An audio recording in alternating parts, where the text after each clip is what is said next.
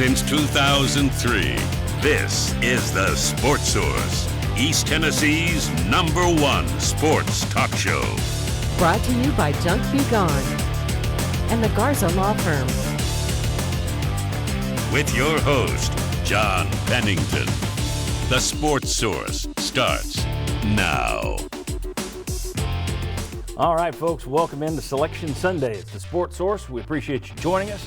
As always, we've got basketball, plenty of basketball, Tennessee seed projections, all that kind of stuff to talk about today. And then we've also got football a little later in the show to cover. Before we get into this, I just want to say thanks, first of all. Last week, the last 30 minutes of our show, we went head-to-head against Tennessee basketball. We kept 80% of our number, which that's a loyalty I don't expect. A Tennessee sports show, and 80% of the audience says, we'll stick with the Sports Source and then flip over to basketball. Thank you. That's why I love you. All right.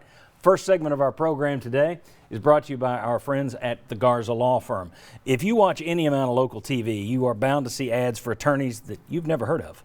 That's because attorneys from Memphis to Chattanooga are now wanting you to think they're here in East Tennessee, so they're running ads all over the place.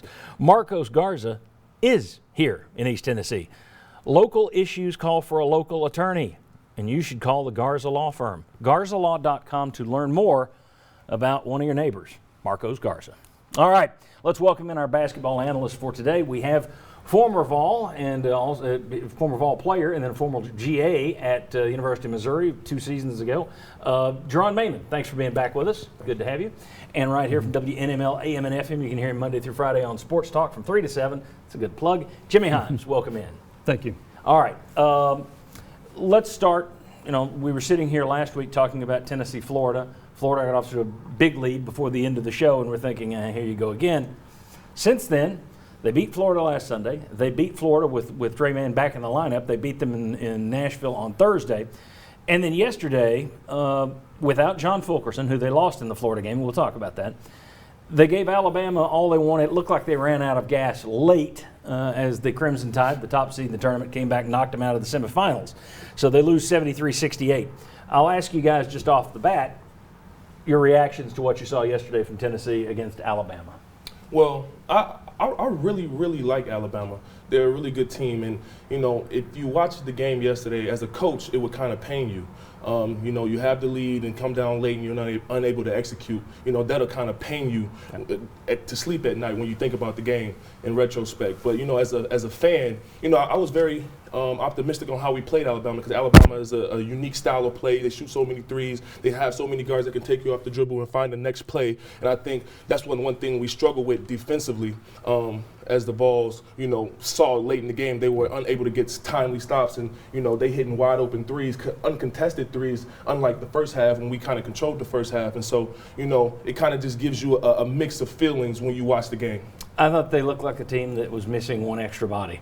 I think I don't know if they would have won the game with John Fulkerson in there, but his minutes were missed, if nothing else. They struggled late, getting stops on Jones, and no one was able to control him. He was able to do it what he wanted, and he controlled the paint with the rebounding. And so watching Herb Jones yesterday, you see Josiah James on the bench. He got 4 fouls. He's probably the next biggest body that can control him as far as a physicality standpoint. And without focusing in the lineup, we kind of become thin. Jim? Yeah, you probably missed Fulkerson for his the 5 fouls that he would give you in trying to guard Herbert Jones because Jones played really well and Tennessee didn't have much of an answer. I thought in the first half Tennessee looked like a Final Four caliber team. I thought they played really well, outstanding defense. They limited the turnovers. They shot pretty well.